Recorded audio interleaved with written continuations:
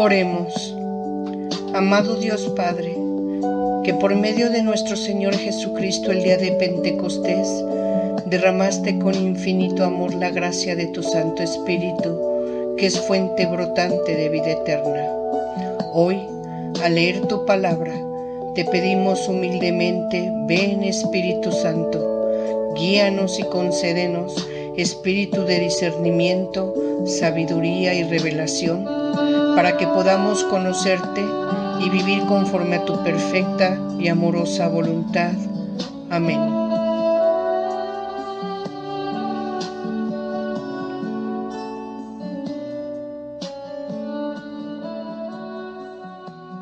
Capítulo 10 de nuestro curso Las Epístolas Católicas. Muchas gracias por acompañarme. Me da de verdad mucho gusto tener la oportunidad nuevamente de estar con ustedes. Y antes de entrar al estudio de la carta que vamos a ver el día de hoy, que es la de San Judas, pues quiero rogar a ustedes una disculpa, ya que dejé de transmitir durante 3 semanas, lo habrán notado. El motivo, me tuve que someter a una cirugía, me vi un poquito enferma, delicada, pero gracias a Dios, bueno, ya estamos nuevamente aquí, con muchas ganas, con muchas fuerzas, con la gracia de Dios, recuperando la salud. Y bueno, vamos hoy a estudiar la carta de San Judas. Y entonces así, esta carta en el tiempo podemos decir que es la penúltima carta de las cartas católicas que se escriben. ¿Por qué católicas? Ya lo habíamos dicho. Son cartas universales dirigidas a los fieles, a todos los creyentes, los cristianos o los santos o los del camino, como se les decía en aquel tiempo a los que eran creyentes en Jesús. Después se les llamó cristianos, ya lo hemos platicado. Es una carta muy cortita, no vamos a encontrar capítulo 1, capítulo 2, no. Es una carta pequeña, únicamente tiene 25 versículos y es todo el estilo clásico de la carta. Tiene un destinatario, ¿quiénes? A los fieles, ¿sí? Esos son sus destinatarios, un saludo, ¿verdad? Tiene un mensaje central importante, tiene después una recomendación, una exhortación, una despedida. Y esta carta se tuvo reconocimiento, pues desde un principio, vamos a hablar del siglo II, ya se le reconocía como escritura. Podemos señalar que el fragmento de Muratori del año 180 ya la reconocía como escritura, y después fue pasando el tiempo, medio caía en duda, en discusión, hasta que finalmente en el año 1545 a 1563 el Concilio de Trento entrega una lista oficial de lo que serían ya los libros canónicos, estableciéndose así que la carta de San Judas era una carta canónica, reconocida por la Iglesia, ¿verdad? Sin embargo, aquí vamos a observar una situación muy importante, y para poderla considerar y entender, pues tenemos que hablar entonces un poquito de lo que es el canon. Nosotros sabemos que el canon, ¿verdad?, es regla, ¿verdad? Eso quiere decir regla o norma. Entonces, el canon de la Iglesia Católica es la regla o la norma de la Iglesia Católica. Y el canon bíblico, la lista de libros que se consideran canónicos, o sea, inspirados, auténticos, auténtica palabra de Dios, porque son libros inspirados. ¿Y por qué hablo del canon y cómo se estableció y cómo fue considerada carta canónica? Bueno, porque la carta fue escrita mucho tiempo antes. Y cuando esta carta se escribe, obviamente su autor era un judío, posiblemente palestinense. Por el vocabulario que maneja, era un judío culto, o sea, tenía educación, tenía conocimiento, y por lo mismo era posiblemente de origen griego y judío griego, y por lo mismo conocía la escritura. Para ese entonces, conociendo el autor, la Torá, los escritos, los profetas, todavía no se establecía el canon. El canon se estableció, ¿verdad? Del Antiguo Testamento en el año 325 y muchos años después el canon del Nuevo Testamento. Entonces, cuando el autor escribe esta carta, todavía no se sabía qué libros iban a ser reconocidos como inspirados y por tanto canónicos, palabra de Dios, y cuáles posiblemente cayeran en la situación apócrifa, o sea, libros en los que se tenía duda o no se había podido comprobar que auténticamente fueran libros inspirados, que auténticamente fueran palabra de Dios.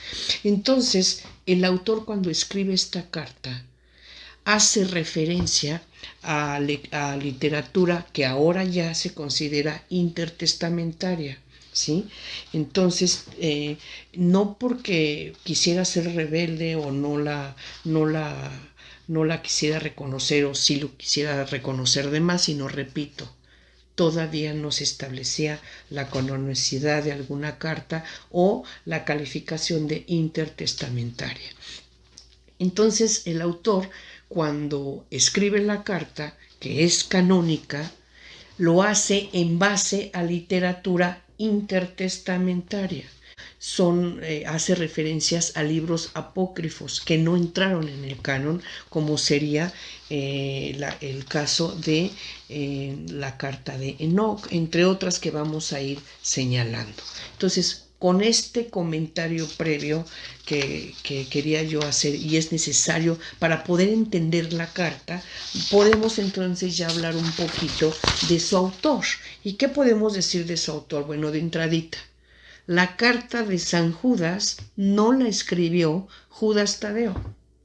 ¿Sí? Muchos pudieran pensar, no, pues la carta de San Judas la escribió nuestro apóstol Judas Tadeo. No. Y mucho menos, pues Judas Iscariote, ¿verdad? Judas Iscariote muere y claro que él no pudo haber sido.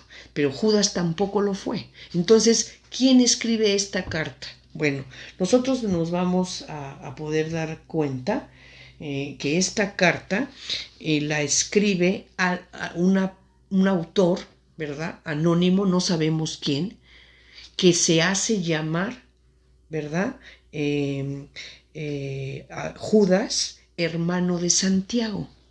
¿Quién era Santiago? Ya lo habíamos señalado cuando vimos la carta de Santiago. Santiago era un pariente de Jesús y que en esa época todos se llamaban hermanos, ¿sí? Todos los que eran familiares se llamaban hermanos. Y Santiago era entonces hermano de Jesús. ¿Por qué? Porque era su pariente. Bueno, el que escribe esta carta, que se hace llamar Judas, se presenta como el hermano de Santiago, ¿sí?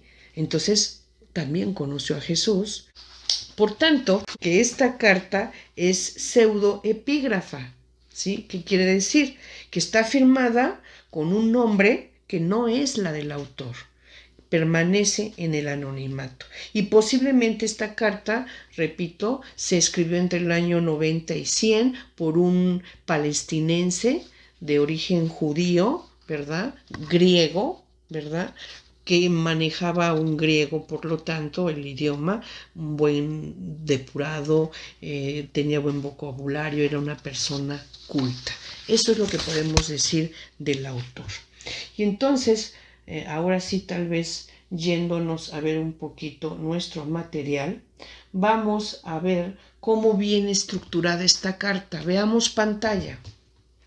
Epístola de San Judas. Judas envía su carta a los fieles en general. Por eso sabemos que es una carta universal, ¿sí? Está dirigida a todos los creyentes, con el objeto de prevenirlos de los falsos e impíos maestros que se han separado en forma liberal de la doctrina recibida. ¿Qué quiere decir esto? Nuevamente, ¿verdad? Vemos aquí como Judas, al igual que en otras cartas que hemos estudiado con anterioridad, la carta de San Juan, ¿verdad? Vemos la preocupación, ¿verdad? Tanto de este autor, de la carta de Judas, como en las cartas de San Juan, que ha surgido muchos maestros falsos que están contaminando la doctrina, que son impíos, que no reconocen, ¿verdad? Por completo toda la enseñanza de Jesús, sino que toman lo que les parece, les acomoda, les beneficia, empiezan a crear sus propias doctrinas personales y con ello están contaminando, están rompiendo la enseñanza original, auténtica que nos deja Jesús a través de sus apóstoles y que nos transmiten esa tradición apostólica en base a la cual pues debemos nosotros entender que porque fueron testigos, porque lo saben, lo vieron, lo escucharon, y los escritos inspirados, sus autores, palabra de Dios, gracias al Espíritu Santo que se derrama sobre ellos, es la verdad. Y eso no se puede cambiar. En esa época, tristemente, vemos como Judas, ¿verdad? Estamos hablando del año 90 a 100, al igual que las cartas anteriores que hemos estudiado, la de Juan también, se preocupaban mucho por esto, porque había falsos profetas, impíos, que estaban contaminando la fe. Bueno, eso es en cuanto a quién iba dirigida y el objeto de la carta. Ahora bien, la estructura en general, veamos pantalla nuevamente. El contenido de la carta. Número 1. Señala la presencia de falsos maestros. Número 2. El juicio divino, ¿verdad? Que refiere la carta, a su vez tiene 4 puntos importantes. Habla de juicio divino, o sea, de juicio de Dios, y esto que significa entonces castigo de Dios, pero refiriendo cómo en la historia Dios ha castigado a los impíos. Después habla de los pecados de los herejes. Después nos va a dar un ejemplo del juicio divino. Y por último nos va a decir las predicciones de Enoc a los impíos. Estas predicciones de Enoc, ¿verdad? Se refiere a libros que no están dentro del canon, como ya lo habíamos dicho, ¿sí? Que puede ser o es ya hoy por hoy un libro apócrifo. Como punto número 3, refiriendo el contenido de la carta, vemos que tiene una exhortación a los fieles. Y esta exhortación a los fieles pues tiene un momento en el que refiere la enseñanza de los apóstoles y después la fe, la oración y la caridad. Estos, en términos generales, este sería el contenido de la carta. Ahora bien, entrando a ser en preparación para comprender mejor la carta, vamos a entrar a hacer una referencia muy breve, desde luego, de lo que ha sido el castigo de Dios en la historia. Y aquí vamos a ver algunas situaciones en las que Dios ha actuado de manera frontal y directa para corregir, para mostrar la mala conducta en la que incurren aquellos que se decían pueblo de Dios. Y estoy hablando pues por ejemplo, de Coré.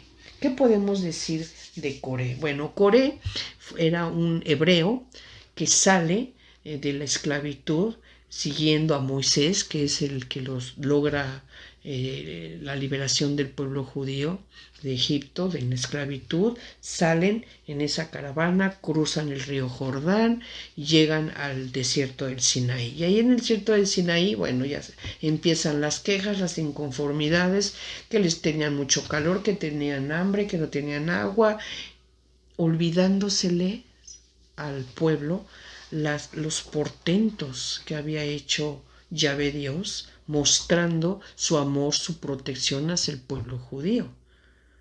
El simple hecho de haber mandado las 10 plagas para que lograran la libertad, haber abierto el mar rojo para que pasaran, ¿sí? Haberles dado el maná para que no murieran de hambre, haber vuelto el agua salada en dulce, o haberles dado agua de la roca que golpea a Moisés.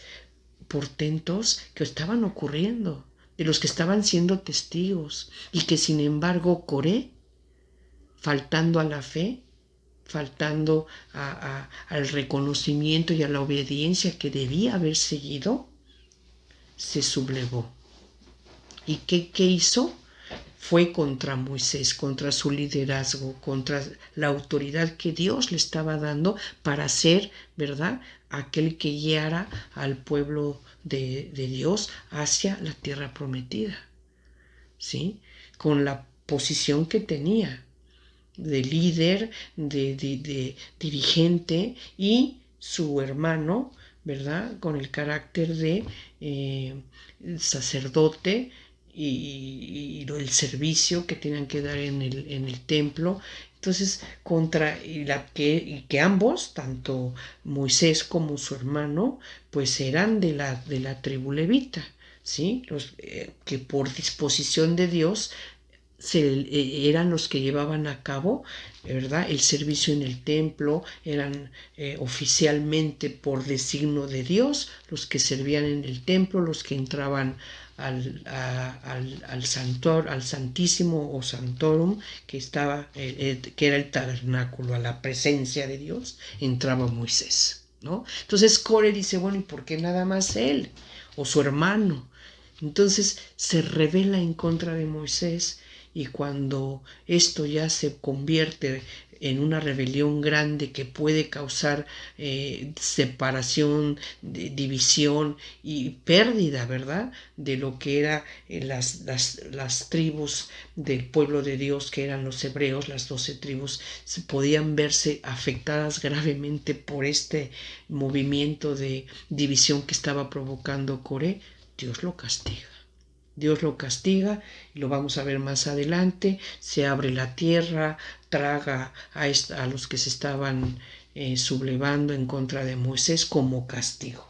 Bien, otro momento en el que vemos que Dios castiga. Veamos pantalla para que se vaya comprendiendo mejor, porque aquí vamos a entrar ya a lo que es literatura intertestamentario. Ahora vamos a ver el siguiente, que sería el libro intertestamentario de Enoc, y el libro apócrifo Testamento de Neftalí, ¿sí? Son dos escritos diferentes, el de Enoc y el Testamento de Neftalí.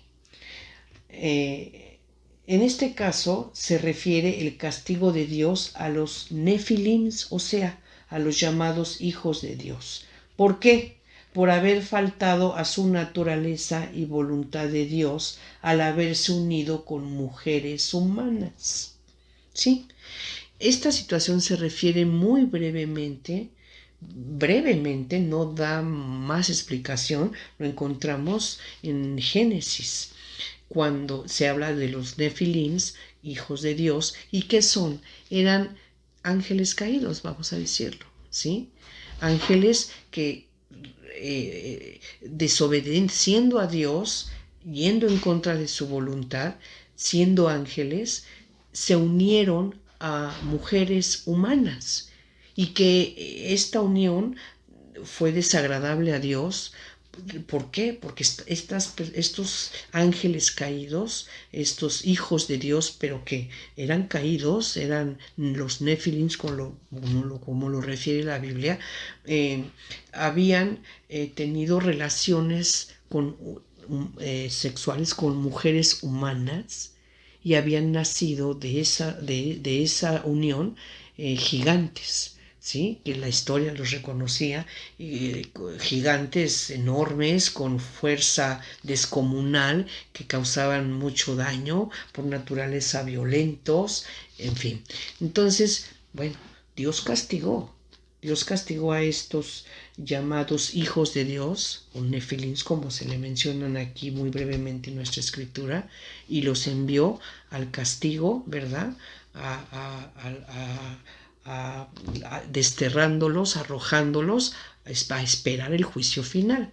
Entonces, esto es con relación al libro de Enoc y verdad y el testamento de Neftalí, donde encontramos la referencia en la cual se basa Judas para escribir esta carta, ¿no? Y hacer referencia a lo que era el castigo de Dios. Bien, otra ocasión más en la que vemos el castigo de Dios, el caso de Sodoma y Gomorra, ciudades de fornicación, ciudades de idolatría, ciudades por demás dadas a los placeres y desde luego ofendiendo a Dios, actuando sin ningún recato.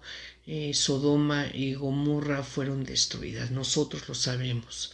Más adelante vamos a verlo como Judas refiere esto. Y por último, aquí encontramos nuevamente la base por la cual refiere Judas este castigo de Sodoma y Gomorra. Veamos pantalla nuevamente y puedo leer. Sodoma y Gomorra fueron 2 ciudades destruidas por Dios en castigo a sus habitantes por haber fornicado y haber deseado ir tras una carne diferente. Ahorita vamos a explicar lo que es esto de una carne diferente.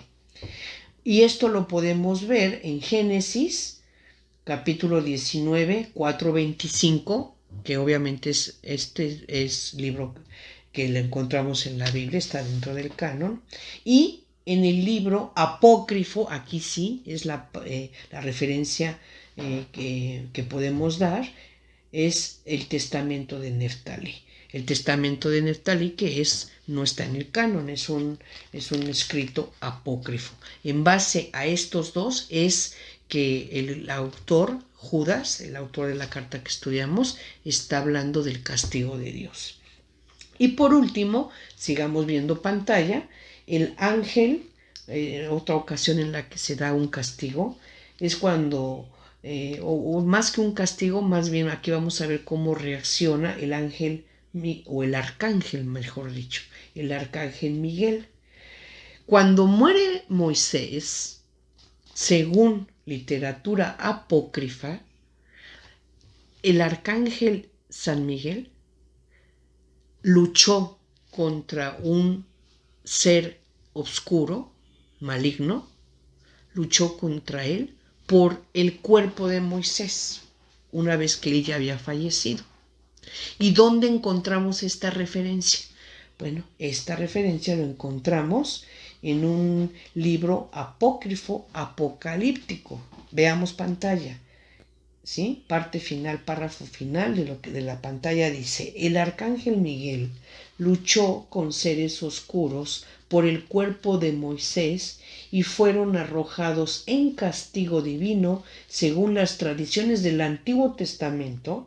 Véase el libro apócrifo apocalíptico de la Asunción de Moisés. En este libro apócrifo se relata cómo el arcángel Miguel pelea con un ser maligno, ¿verdad?, por el cuerpo de Moisés. Bueno, en base a todo lo que acabo de explicar, ¿sí?, de castigos en la historia que Dios ha dado, de libros de la Biblia, como es Génesis, o de libros apócrifos o intertestamentarios, como sería el testamento de Neftalí o el libro de Enoc, o también el de la Asunción de Moisés, que son libros apócrifos. Es en base a estos que el autor, ¿verdad?, se inspira para dar ejemplos, para explicar el mensaje que quiere llevar en su carta, para que estén enterados de cómo deben estar preparados contra los falsos maestros, no caer en sus engaños, porque advierte que pueden ser castigados, y finalmente exhorta a que se mantengan en la fe, en el amor, en la caridad. Entonces, con esta explicación entramos ahora sí ya de lleno a la lectura de nuestra carta y espero podamos comprenderla mejor. Y así dice, como siempre, ya lo saben, el texto en color rojo es la cita textual, como lo señala la Biblia, y lo que vemos a la derecha en color o en ilustración, bueno, pues es para poder dar un poquito de más luz y que se entienda lo que estamos leyendo de nuestra, en este caso, epístola de San Judas, carta católica. Y dice así, saludo. Versículo 1.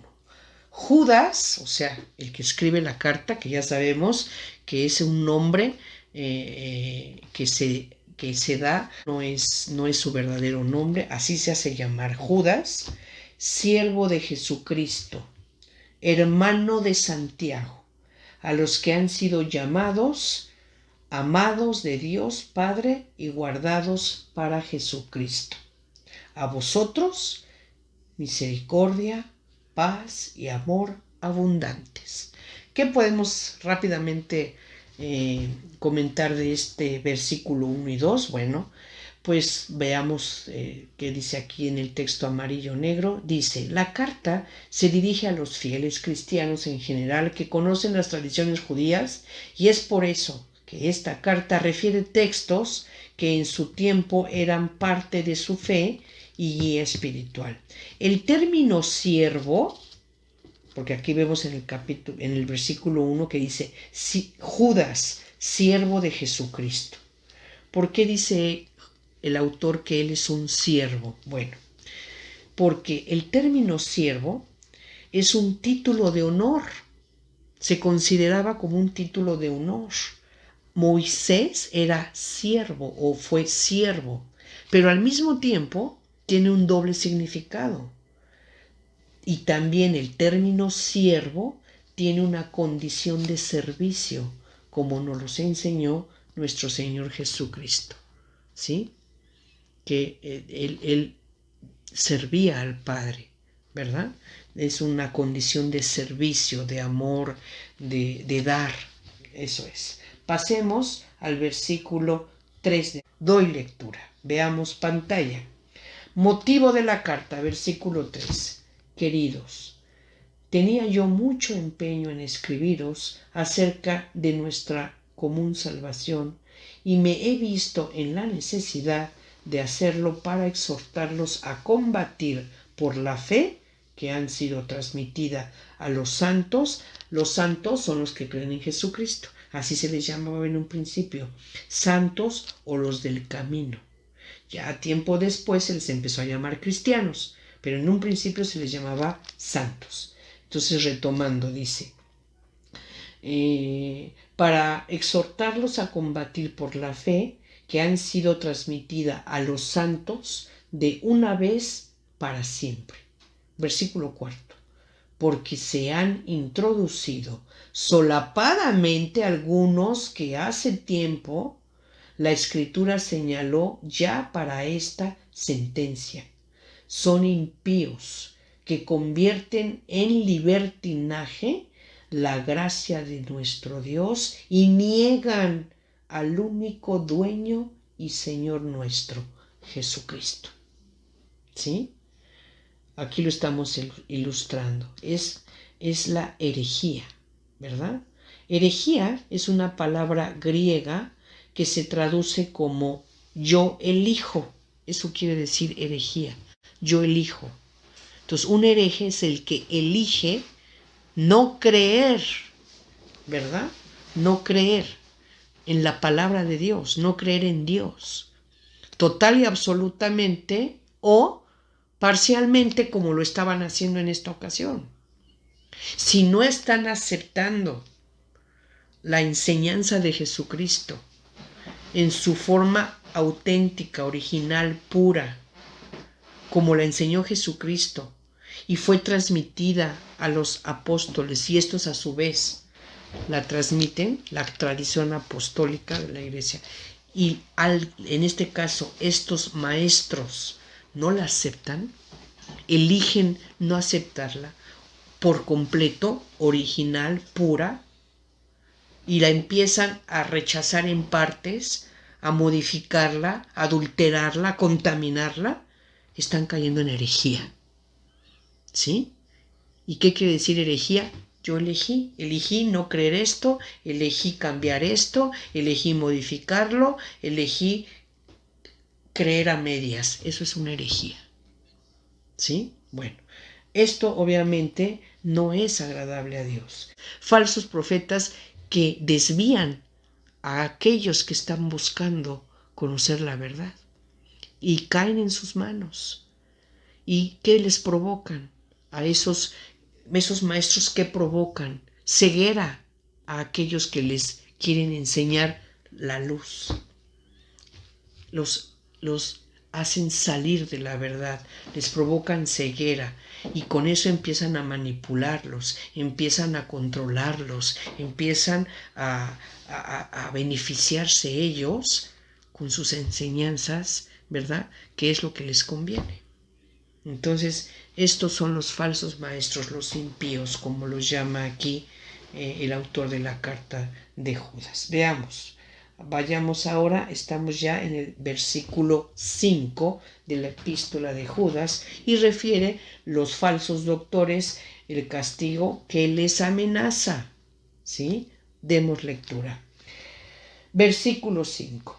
Quiero recordaros a vosotros que ya habéis aprendido todo esto de una vez para siempre, que el Señor, habiendo liberado al pueblo de la tierra de Egipto, destruyó después a los que no creyeron, y además que a los ángeles que no mantuvieron su dignidad, sino que abandonaron su propia morada, los tiene guardados con ligaduras eternas bajo tinieblas, para el juicio del gran día.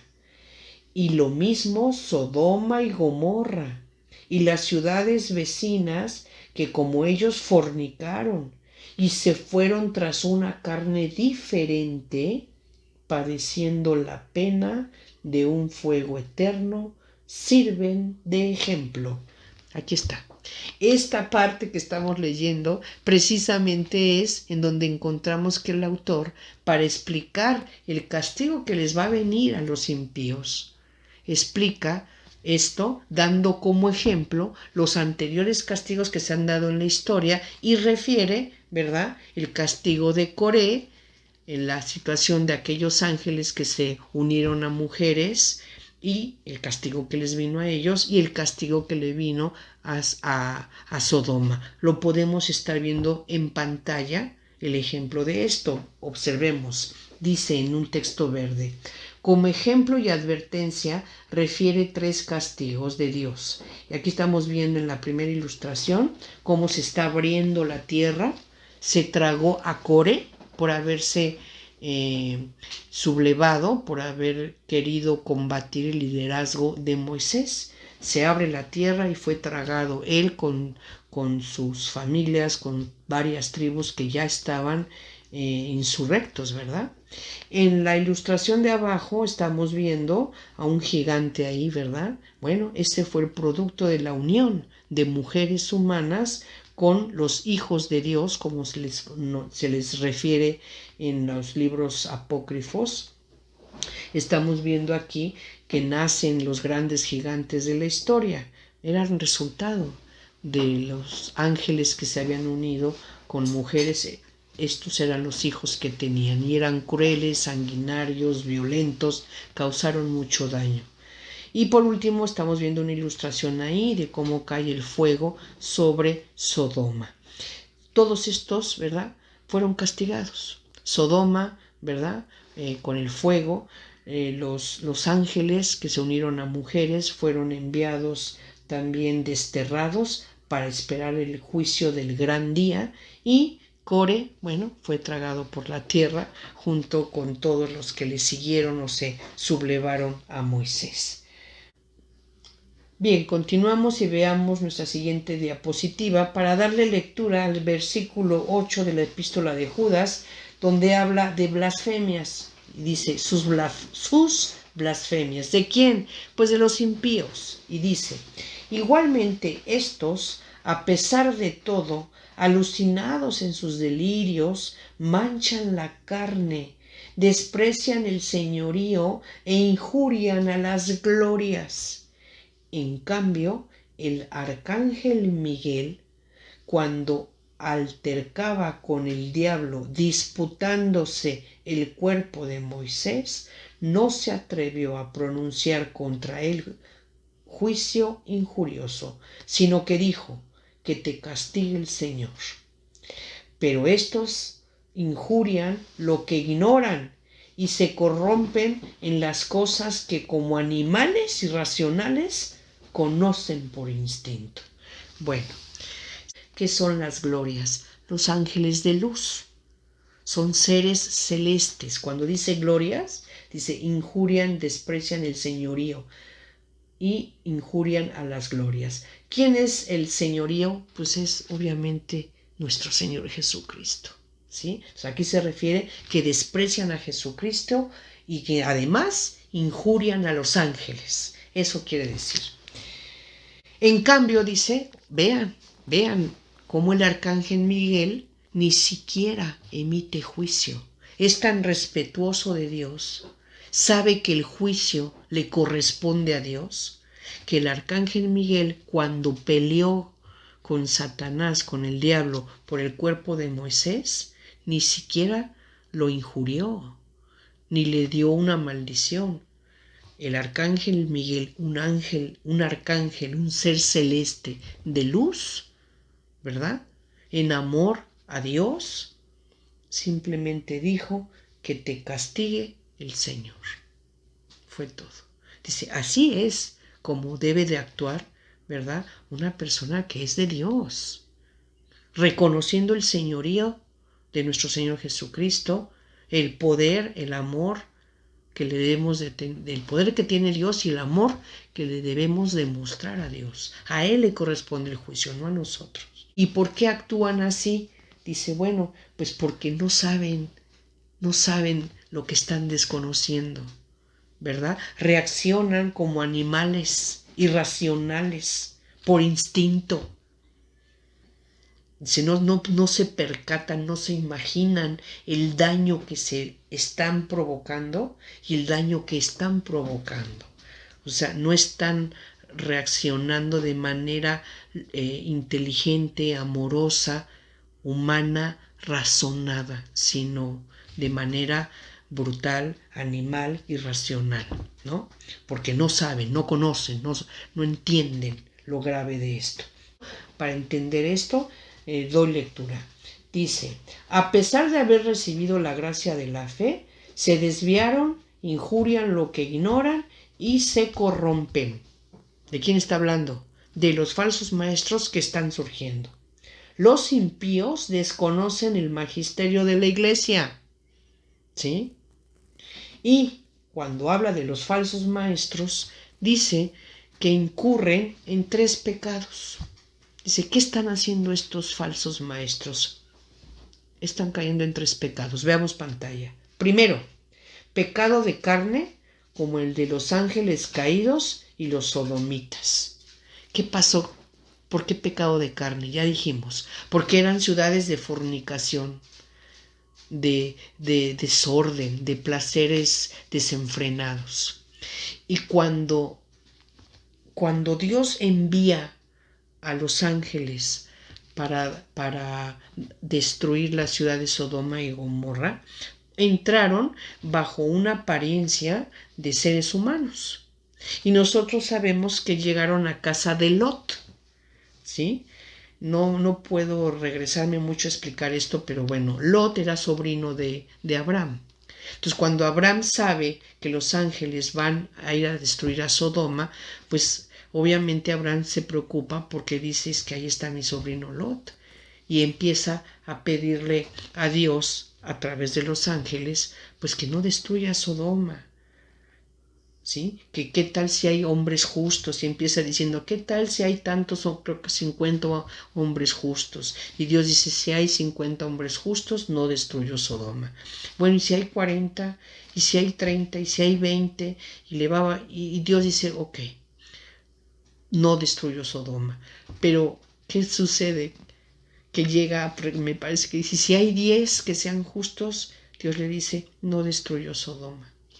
Pero Lot tenía únicamente a su esposa y a 2 hijas, o sea, eran 4. Entonces, ¿qué creen que pasó? Destruyó Dios en castigo a la fornicación, a los placeres desenfrenados, a la corrupción total y absoluta en la que vivían. Fue destruido Sodoma. Lot fue salvado, El ángel, 2 ángeles que llegan a casa del sobrino de Lot, lo sacan. Pero ¿qué sucede? Que cuando estos 2 ángeles llegan a Sodoma, los habitantes de Sodoma, viendo a los ángeles, que no sabían que eran ángeles, tenían apariencia humana, ¿qué creen? Quisieron abusar de ellos. Sí, abusar sexualmente. Quisieron tomar carne distinta. ¿Saben? A eso se refiere este pasaje, ¿verdad? Lo que estábamos tomando en cuenta. Entonces esto, obviamente, era una ofensa para Dios, era algo que no podía tolerar y que se sumaba a los grandes delitos sexuales en los que ya estaba incurriendo los habitantes, en este caso específico Sodoma, que o lo mismo ocurrió con Gomorra.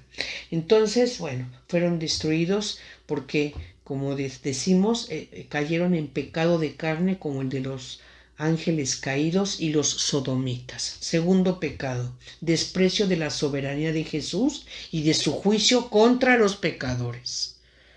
Cuidado, ¿sí?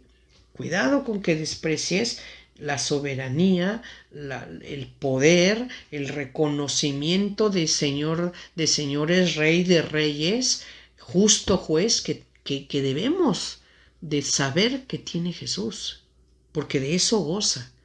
Es el justo juez con soberanía, rey de reyes, ¿verdad? Bueno, además de hijo unigenes, sacerdote eterno, en fin, ¿no? Pero aquí cuidado, porque el juicio viene y le corresponde a Jesús. ¿Y contra quién va? Contra los pecadores, ¿verdad? Después, tercer pecado, las blasfemias contra las glorias. ¿Quiénes son las glorias? Ya dijimos, son los seres celestes o ángeles de Dios. Para entender esto, repito, tendríamos que ver el libro apócrifo, apocalíptico, sobre la asunción de Moisés. Pasemos a la siguiente lámina, damos lectura. Versículo 11. Su perversidad. Ay de ellos, porque se han ido por el camino de Caín, y por un salario se han abandonado al descarrío de Balán, y han parecido en la rebelión de Core. Estos son una mancha cuando banquetean desvergonzadamente en vuestras agapes y se apacientan a sí mismos. Son nubes sin agua, zarandeadas por el viento, árboles de otoño sin fruto, dos veces muertos, arrancados de raíz. Son olas salvajes del mar que echan la espuma de su propia vergüenza, estrellas errantes a quien está reservada la oscuridad de las tinieblas para siempre. Enoc, el séptimo después de Adán, profetizó ya sobre ellos. Mirad, el Señor ha venido con sus santas miriadas para realizar el juicio contra todos y dejar convictos a todos los impíos de todas las obras de impiedad que realizaron y de todas las palabras duras que hablaron contra él los pecadores impíos. Estos son unos murmuradores descontentos de su suerte, que viven según sus pasiones, cuya boca dice palabras altisonantes que adulan por interés. Bueno, yo los invito a que le vuelvan a dar lectura a esta carta de Judas, toda desde luego, pero detenidamente en el versículo 11 a 13. ¿Saben qué? Es una forma muy poética, de verdad, una forma muy poética de hablar primero de lo que es ser impío, de lo que es la herejía, de cómo viven, qué sienten, cómo reaccionan, cómo los ven y cómo se ven ellos mismos. Es una forma muy elegante, suena hasta a poema, desde luego no poema de amor, sino un poema en el que señala el desprecio que provocan, la aberración, lo evidentemente errado y equivocado. En estos versículos encontramos la forma muy elegante y poética de desprecio, ¿verdad? Porque, bueno, hay poemas de amor, de dolor, de desprecio. Bueno, de verdad, deténganse a leer nuevamente esto y caramba, se van a encontrar el sentimiento de que nunca quisiéramos estar en una situación como la de los impíos, los herejes, ¿sí? Por cómo se ven, por cómo los ven, por cómo reaccionan, por cómo viven, por esa oscuridad y vacío, daño, por donde van pasando, van regando mal, ¿no? Y para esto, ¿verdad? Vamos a ver nuestra siguiente lámina. Miren, si nosotros vemos Génesis capítulo 4 versículo 8, Caín dijo a su hermano Abel, vamos afuera. Y cuando estaban en el campo, se lanzó Caín contra su hermano Abel y lo mató. ¿Qué podemos pensar de esto? Cuando un hermano mata al otro por celos, por envidia, por odio, que un hermano acabe con la vida del otro hermano, ¿no? ¿Cómo se puede sentir después? ¿Cómo lo pueden ver después las demás personas? ¿Cómo viven? ¿Cómo caminan todos los días y respiran? ¿Sí? Esto lo estoy explicando para que se entienda mejor, ¿verdad? Los versículos que anteriormente leímos del 11 al 16. Y después, en Números, versículos 22, perdón, en el libro canónico de la Biblia, Números capítulo 22, versículo 7 dice, fueron los ancianos de Moab a los ancianos de Madián con la paga del vaticinio en sus manos. Llegaron donde Balaam y le dijeron las palabras de Balac, o sea, lo que ya referí, ¿no? El castigo que tuvo Balaam por haber recibido soborno para maldecir al pueblo de Dios. Entonces, aquí Dios lo reprime.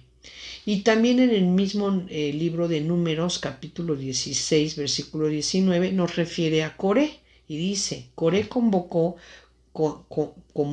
contra estos a toda la comunidad a la puerta de la tienda del encuentro, o sea, el tabernáculo, y se apareció la gloria de Yahvé a toda la comunidad. Habló Yahvé a Moisés y a Aarón, o sea, a su hermano, y le dijo, apartaos de esa comunidad, que los voy a devorar en un instante. Y sí, se los devoró, La tierra se abrió y fueron tragados por la tierra. Continuando con los pecados de los impíos.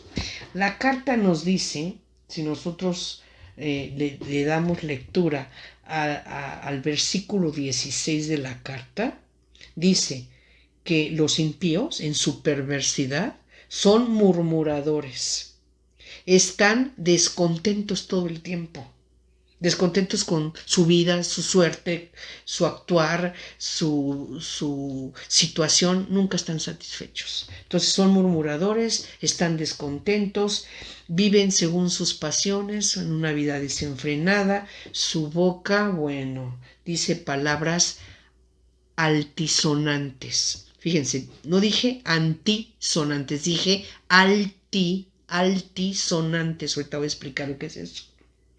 Y adulan por interés, o sea, son hipócritas, ¿no? Le están tratando bien a ciertas personas porque les conviene, son aduladores porque traen interés. Y esto lo podemos ilustrar en la lámina que estamos viendo en pantalla. Los pecadores impíos son murmuradores, ahí lo tenemos ilustrado, descontentos de su suerte, o sea, nunca les parece cómo viven, qué les sucede, no están satisfechos, están descontentos. Viven en pasiones desenfrenadas, no hay medida, no hay regla, no hay límite, no hay respeto. Mientras más te diviertas, mejor la pases, no importa, aunque dañes, aunque puedas dañar o dañarte, aunque faltes a la moral, a los valores, a Dios, vida desenfrenada. Y de esto nos puede hablar un poquito más Gálatas en su capítulo 5, versículos 19 a 21. Después, son petulantes. ¿Qué quiere decir esto? Que son, hablan con palabras altisonantes. ¿Qué quiere decir? Que son petulantes. Se atreven, son atrevidos, descarados, engreídos, viven en fatuidad, se dan ínfulas, son insolentes, jactanciosos, son pedantes y presumidos. Todo eso es ser altisonante, o sea, se sienten alto por demás, encima de todos, sin medida, todo para ellos. Y por último, ¿verdad? Adulan por interés, apapachan, abrazan, se ríen, tratan a la gente de manera especial por interés, son aduladores. Esos son los impíos. ¿Y quiénes eran impíos? Los falsos maestros. Así actuaban, ¿verdad? Así actuaban. Murmuradores, descontentos con su suerte, vivían según sus pasiones, hablaban con altisonantes, o sea, eran petulantes y eran aduladores. Bien, pasemos a nuestra siguiente lámina. Estamos ya en el versículo 17 y es una exhortación. Aquí el autor, ¿verdad?, está exhortando a los fieles y la enseñanza de los apóstoles. Versículo 17. En cambio vosotros, queridos, acordaos de las predicciones de los apóstoles de nuestro Señor Jesucristo. Ellos os decían, al fin de los tiempos aparecerán hombres sarcásticos que vivirán según sus propias pasiones impías. Estos son los que crean divisiones, viven una vida solo natural sin tener el espíritu. Y bueno, veamos la lámina, estoy aquí ilustrando, ¿verdad? La conducta de hombres impíos. Crean divisiones, ¿sí? En la iglesia. Pero no solo en la iglesia, en su casa, en donde por donde pasan, ¿no? Pero principal y más gravemente crean división en la iglesia. ¿Por qué? Porque están tratando de cambiar la doctrina, contaminarla, aceptar lo que ellos creen y que los demás lo hagan igual, ¿no? Entonces hay divisiones, están quebrantando la iglesia y eso es gravísimo. Viven una vida solo natural, o sea, a gusto, ¿no? Como me siento bien y claro, siempre buscando la satisfacción, el placer, la ambición, la comodidad, la conveniencia, una vida desenfrenada, sin límites. Y con esto, bueno, estamos ilustrando lo que es la exhortación que hace nuestro autor de la carta a los fieles, según deben actuar la enseñanza de los apóstoles. Pasando a nuestra siguiente lámina, vienen aquí ahora los deberes de la caridad. Versículo 20. Pero vosotros, ¿a quién está diciendo? A los fieles, ¿sí? A los que les está dando la recomendación. Pero vosotros, queridos, edificaos sobre vuestra santísima fe y orando en el Espíritu Santo. Manteneos en la caridad de Dios, aguardando la misericordia de nuestro Señor Jesucristo para vida eterna. Así manténganse. Pero viene después el versículo 22.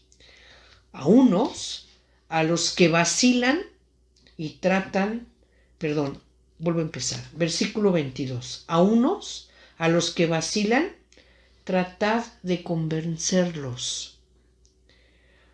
A otros, tratad de salvarlos, arrancándolos del fuego. Y a otros, mostrarles misericordia con cautela, odiando incluso la túnica manchada por su carne. ¿Qué quiere decir esto? Bueno, les está primero, ya dijimos, que vivan en la fe, orando, ¿sí? Que vivan buscando en oración el Espíritu Santo. Pero al mismo tiempo, veamos las ilustraciones, que nos demos cuenta que hay personas en peligro de castigo de Dios. Pero hay niveles. Vamos a encontrar 3 tipos de personas y les está recomendando a los fieles que puede ser que se encuentren un tipo de personas que estén con duda, que vacilen, que no tengan bien afianzada la fe en Dios y que puedan cambiar o caer ya en herejía. A esos que todavía vacilan, ¿qué les está diciendo? Trata de afianzar su fe. No dejes que, o más bien procura, porque pues no dejar, no tampoco, ¿verdad?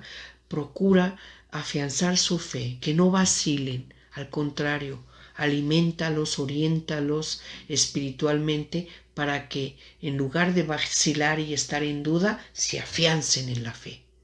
Ahora, puede haber otros, número 2, a otros trátalos de salvar, arrancándolos del maligno. O sea, aquí les está diciendo que se van a encontrar, pueden ser que los fieles encuentren un segundo tipo de personas, no solamente que están dudosos y vacilando en la fe, sino que ya, de verdad, ya no la tienen.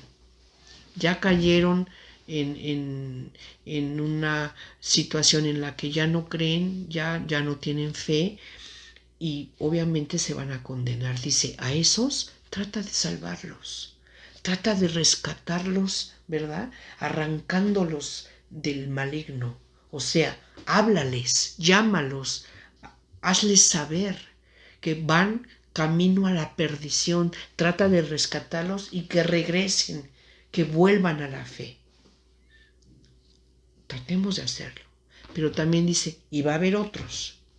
Va a haber otros y esos sí ya están perdidos, pero ¿saben por qué? Porque les gusta. Es la diferencia con los anteriores. Los anteriores posiblemente ya perdieron la fe, ya extraviaron el camino, pero no se están dando cuenta de lo que está sucediendo, que van camino a la condenación, pero no lo hacen tanto por su placer, sino porque no supieron encontrar el camino y se perdieron y están condenados o pueden estar condenados, pero todavía se pueden rescatar. Pero hay otros que no se van a poder rescatar porque ya les gustó, porque saben que están actuando en falta a Dios, en ofensa a Dios, en falta de integridad ante Dios, pero les gusta, lo disfrutan, lo buscan, no quieren cambiar, no les importa. Dice, a esos, mira, velos con misericordia, pero no por eso, aunque los trates con misericordia, no por eso aceptes sus conductas, no con eso compartas con ellos algún tipo de pensar, no con ellos te te hagas amigo o te hagas colega y toleres o solapes esa forma de pensar de manera hereje o de conductas impías. No lo permitas. Tenles respeto, misericordia, son seres humanos, pero ni siquiera aceptes, ¿verdad? Como dice aquí, compartir con ellos nada. Simplemente respeta y pide misericordia, siente misericordia por ellos, trátalos con misericordia, pero hasta ahí. Eso es lo que nos está diciendo este versículo 20 al 23. Y por último, ¿verdad? Tenemos una doxología, que es con lo que termina la carta. ¿Qué es una doxología? Es una alabanza a Dios. Es un enunciado en el que uno alaba a Dios, le da gloria a Dios. Con esto, que es una doxología, termina la carta con una alabanza a Dios dándole la gloria. Y dice así, doxología, versículo 24. Al que es capaz de guardaros inmunes de caída y de presentaros sin tacha ante su gloria con alegría, al Dios único nuestro Salvador, por medio de Jesucristo nuestro Señor, gloria, majestad, fuerza y poder, antes de todo tiempo, ahora y por todos los siglos. Amén. Gloria, alabanza a Dios, ¿verdad? A nuestro Señor Jesucristo, porque Jesucristo nos los dijo, ¿verdad? He aquí que yo estoy con ustedes todos los días hasta el fin del mundo. Y sabemos que nuestro Señor Jesucristo es Rey de Reyes, justo juez, y pues va a ser juicio. Un día va a ser juicio. Mientras tanto, obedezcamos, amemos, tengamos caridad, oremos, tratemos de rescatar a aquellos que pueden estar perdidos, tratemos de reforzar en la fe a aquellos que puedan vacilar, reconozcamos que todos los impíos, los herejes, van a tener castigo. La historia nos los está mostrando. Dios ha castigado a aquellos que le cometen ofensa y que caen en pecado. Manteneos siempre entonces en el amor, en la caridad, en la oración. Esta es nuestra epístola de San Judas. Con esto estamos terminando esta carta, muy chiquita, 25 versículos. Muchas gracias y como siempre dejo con ustedes un pequeño video que nos ayude a reflexionar, a meditar, a orar con esta carta. Nos vemos en nuestro siguiente capítulo 11, en el que empezaremos a estudiar la última de las cartas católicas, que cronológicamente fue la última que se estudió, es la segunda carta de San Pedro. Muchas gracias. Ebenu Shalom Aleichem.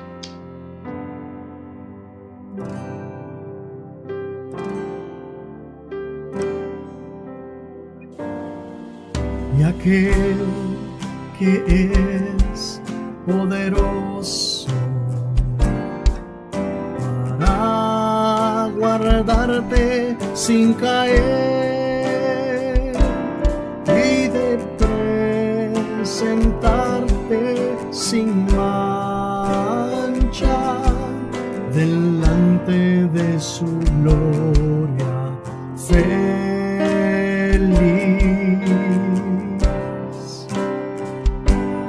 Al único Dios, nuestro Salvador, Jesucristo nuestro Señor, sea la gloria y la majestad, dominio y la potestad, desde ahora hasta la eternidad. Amén.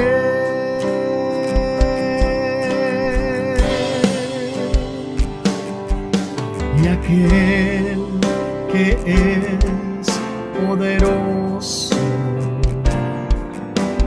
para guardarnos sin caer y de presentarnos sin mancha delante de su gloria feliz.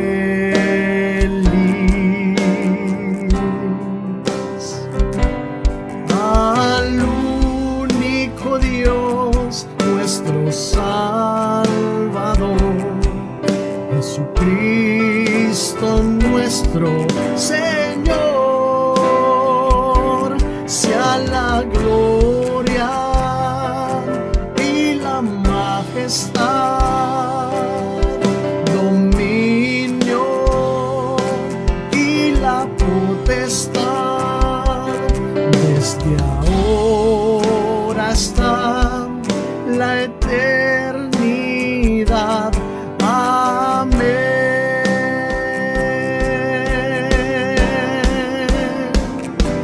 Sea la gloria y la majestad,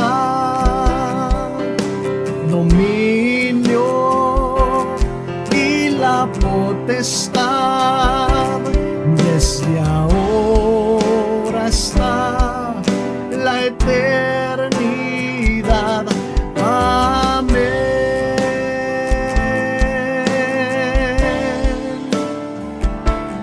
Desde ahora hasta